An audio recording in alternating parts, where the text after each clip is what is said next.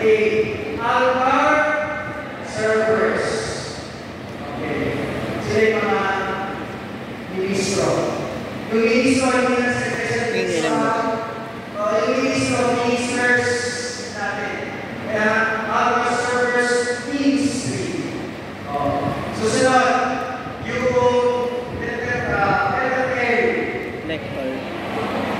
mentors and commentators ministry.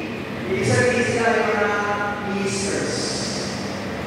Ano yung mga LRT? Ano yung LRT? Extra ordinary ministers of Holy Communion. Tatay ministers. Alam nyo, tinatawag ko yung isa yung bang mentor at commentator, yung bang Alvar servers, lay minister, yes or no? Ulit ito, yung bang Alvar servers, yung bang LEDCO, yung bang music ministry, ay mga lay ministers? Yes! Ang sagot. Nako, pag hindi may pare, at ay naglilingkod sa simbahan, kayo ay mga lay ministers. Amen? Amen. Okay. So yung servers, extraordinary ministers of Holy Communion, mentors and commentators ministry, ano pa? Music ministry. Music ministry yung ating mga oro, yung mga choir natin. They are also under the commission on liturgy sa mga ministers sila. So yun po yung isa sa mga apat sa mga ministers natin. Ministries natin. Now, ano yung isa pa? Bukod sa ministry, ano ba yung nakapaloob o nakapalanin sa commission ng liturgia o commission ng pagsamba? Ang tawag mo ay mandated. Okay, ulit niya ako. Mandated organizations. Sino ito? Una, tapos Sulado. Panalangin. Kaya wala na dito. Pangalawa, Legion. ang donasyon At nocturna.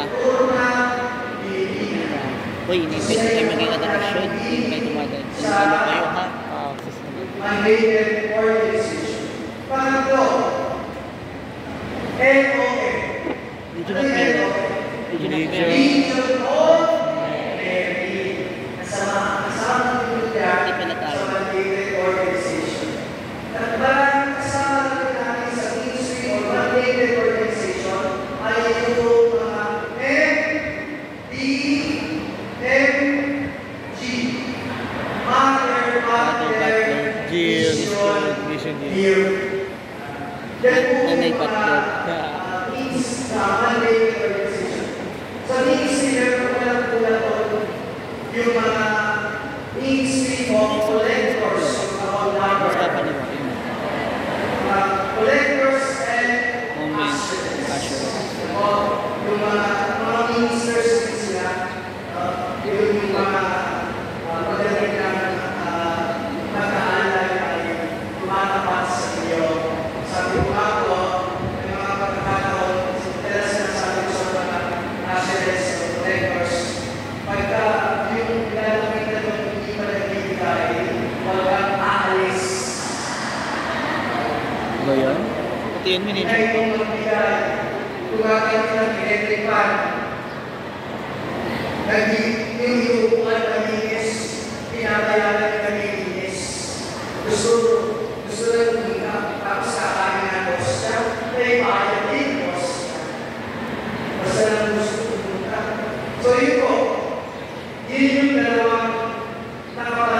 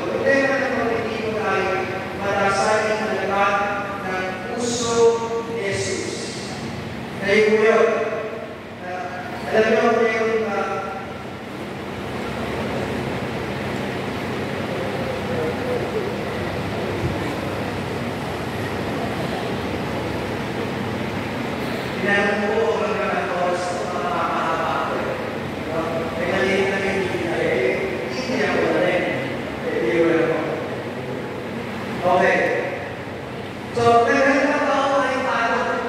Sabi niya, yung tema, kalasan niya naghanap puso ni Jesus ay kalasan, sangkap, na nagdudulot ng pag-ibig sa lahat. Ganyo, so, naghanap ko ng verso sa Bible, talata sa Bible, na may natin ito sa tema. Nahanap ko yung 1 Thessalonians 5:16. Sabi nito, magalak kayong lagi, manalangin na walang patig. Walang patig. Magpasalamat kayo sa lahat ng pagkakataon, sapagkat ito ang kalooban ng Diyos kay Kristo Jesus para sa iyo. Sino po sa inyo nakikinig ng Radio Pilipinas? Sino mga listeners sa Radio Pilipinas? Radio Veritas, minsan. Pinakikinig niyo si Father Hershey? Wala lang ako nakikinig. Sa Radio Pero patingin ko lagi din mga bishop yan. Mga bishop. Every Sunday, 11 p.m. to 2 p.m. Gising pa kayo ba? Samahan niyo si Padre. Minsan eh, sabi mo, matigil tayo. Lahat ng mga pasulat at panalangin sa tayo sa Islam, malolos. So, meron pong programa natin sa Radio Pilipinas. Hindi na natin hindi ito. Pero dati, bago sa pagpapasimula ng program, yung actor ay nagkakaroon. At yung tanong niya ay, nagdasal na ba kayo? Yun yung tanong niya. Nagdasal na ba kayo? Eh kung tatanungin kayo, nagdasal na ba kayo?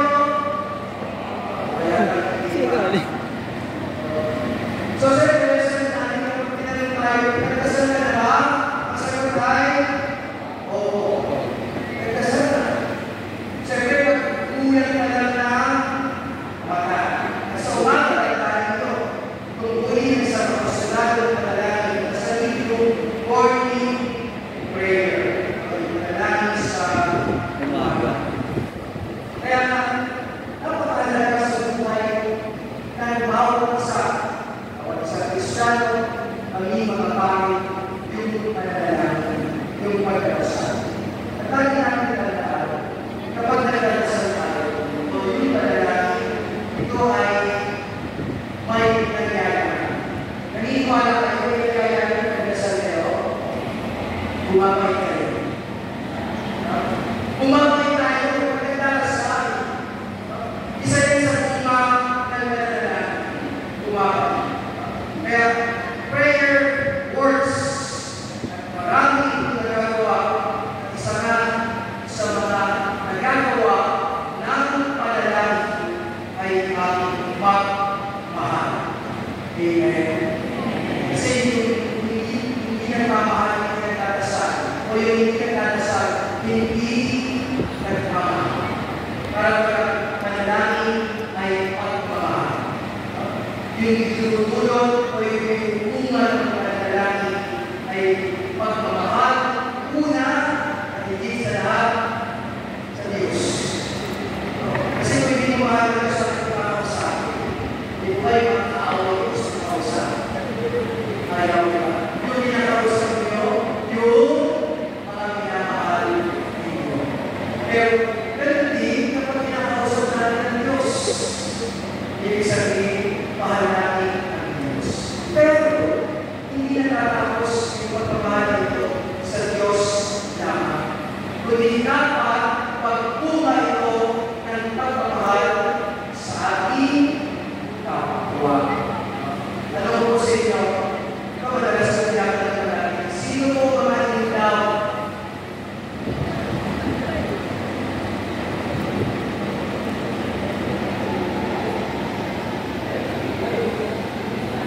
Sentro ko punta. Sino po itataas ng kamay? Ano daw? Pwede hindi yan. Are you in love? Are you in love? Ilan po ba kayo? Ilan po kayo? May madadaan. Ilan po kayo?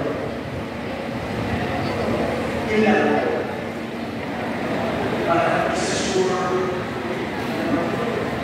Ilan? Kung hindi mo sino ba ilan nasa kamay? Dapat lahat ilan? Nasa kamay ba ilan? Very good. Dapat po lahat tayo ilan. Para tayo natin yan. Diba? Pero sabi ko nga kanina, pinagdarasan ng pagmamahal na danas. Kaya dapat natin tayo nagpamahal. Alam niyo, yung magiging ilaw, sa isip ng mga bata, sa isip ng mga bata, yung ilaw, lalaki at babae. Nandiyan ka! Sabi kayo,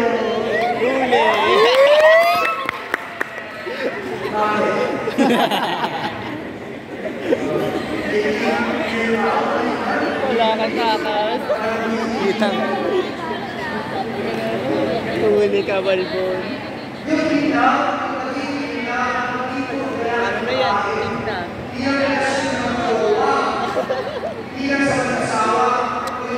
Huling-huli ah. Huli ka, Balbon.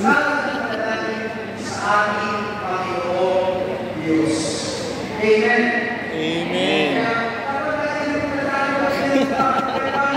Amen.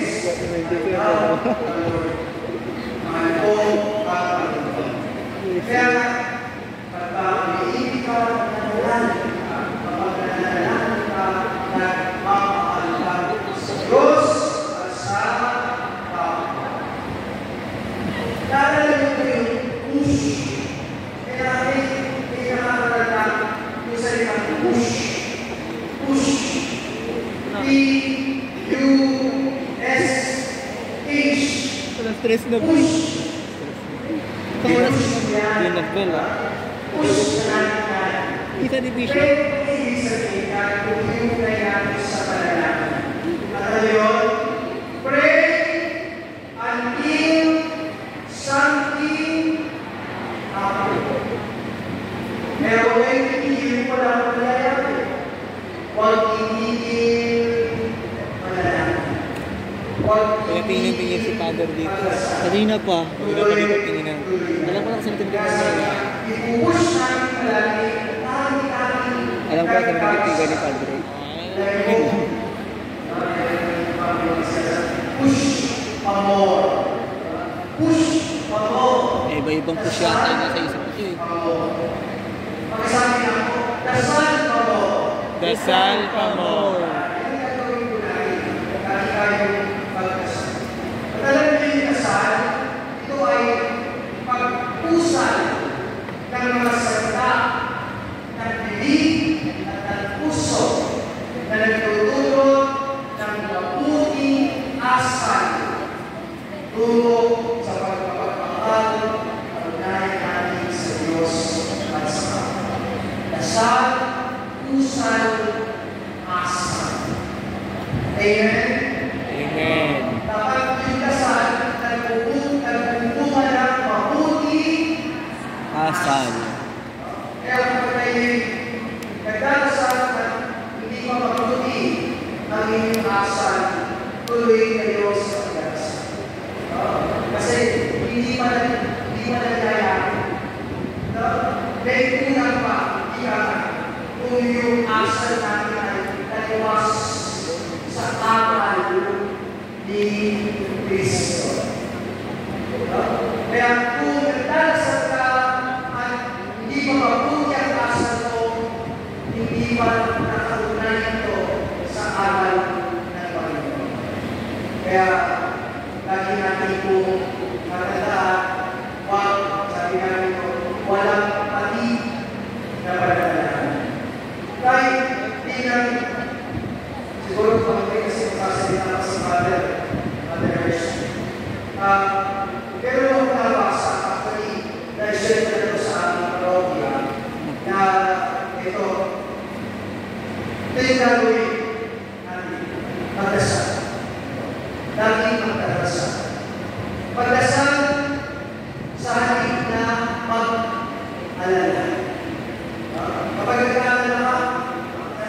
Sabi ko kay Father Pio dyan, pray, hope, don't worry. Isa na gagawin ko pagkasal. Mawawala yung mga alaala. Pagkasal sa akin na may stress. Di ba maraming stress sa buhay? So kung maraming stress, dapat maraming dasal. Para mawala ang stress at tulong sa buhay. Okay. Pagkasal sa akin na magpanik, babawas sa don't panic, pray. Pray and don't worry. Para sa Saint Padre Pio. Huwag magpanik, pagkos pagkasal. Pray, don't worry. Pagkasal Pray. sa akin na mag-overthink. Wala kang nag-iisip. Kaya sa pananampalataya na hindi po masyado yung isip ang pinanihiran. Ang pinanihiran kapag pinag-usapan ng pananampalataya. Puso! Bilang aposyado ng lalaki, meron tayong pagmamahal sa mahal ng puso ni Jesus. Kaya puso ang ating panihiranin. Sa iyong puso puso ang nagmamahal ng taas. Iniisip ang nagmamahal ng puso. Kaya pagkasal sa halip ng pagmalites. Naku, ito na naman tayo.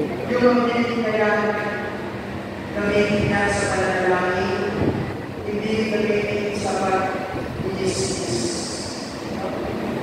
Iisis sa pag-iisis. Kaya sa buhay ng palibuhay, kasama ng buhay na pare. Kasama ka lang ito si Father, nagaling ka naman. Pagkasal sa halip na pagduda, sa halip na mag-alindaman, pagkasal at pagdiwala sa Diyos. Kaya sa bawat sitwasyon at pangyayari, piliin natin magdasal. Amen? Sa lahat ng pagkakataon, sa lahat ng sitwasyon, sa lahat ng pangyayari, piliin natin ang magdasal. Ngayon, ano lang po ang gagawin kapag nakita tayo, halimbawa, ang isang tao o ng isang pangit na nagkakamali. Isang pangit, isang tao na nagkakasala. Hindi ba po pinag-iisisan?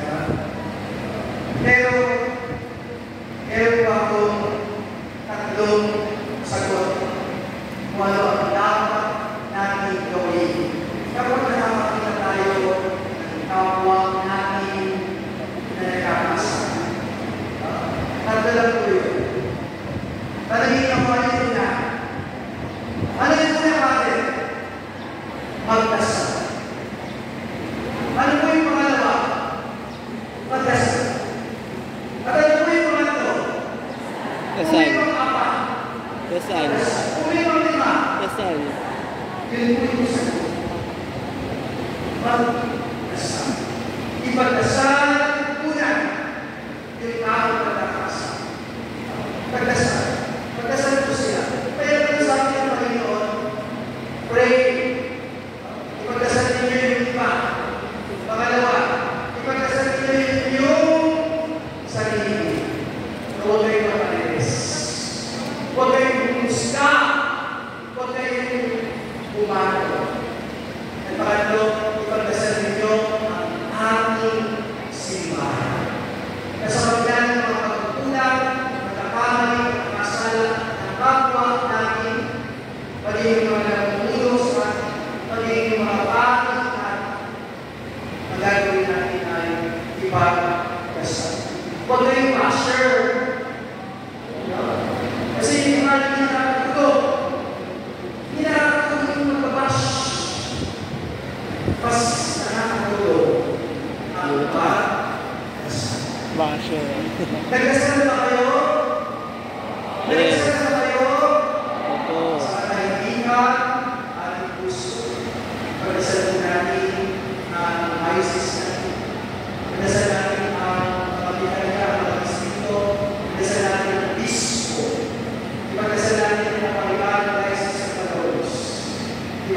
po natin makakurang ako at makakurang hindi kasi. Ipagdasal po ninyo ang inyong parokya. Ipagdasal po ninyo ang inyong sambayan. Ipagdasal ang apostolado ng Talayan. Ipagdasal ang bawat isa na tayo manatili sa grasya, sa biyaya, at pagmamahal ng Diyos.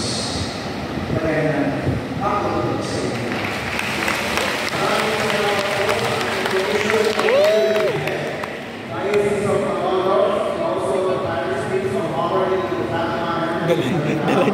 Dala niya yun.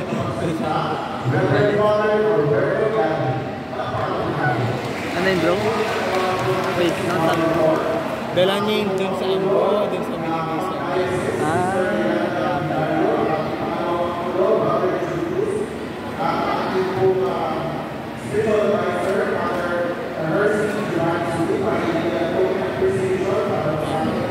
Grabe dalawa.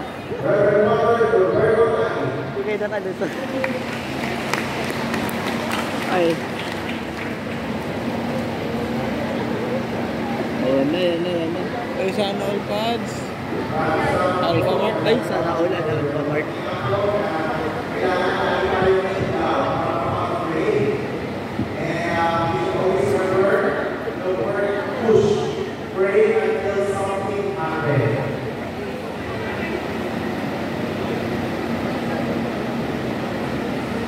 Picture muna, Father. Picture. Estudyante pala niya si Father Hershey.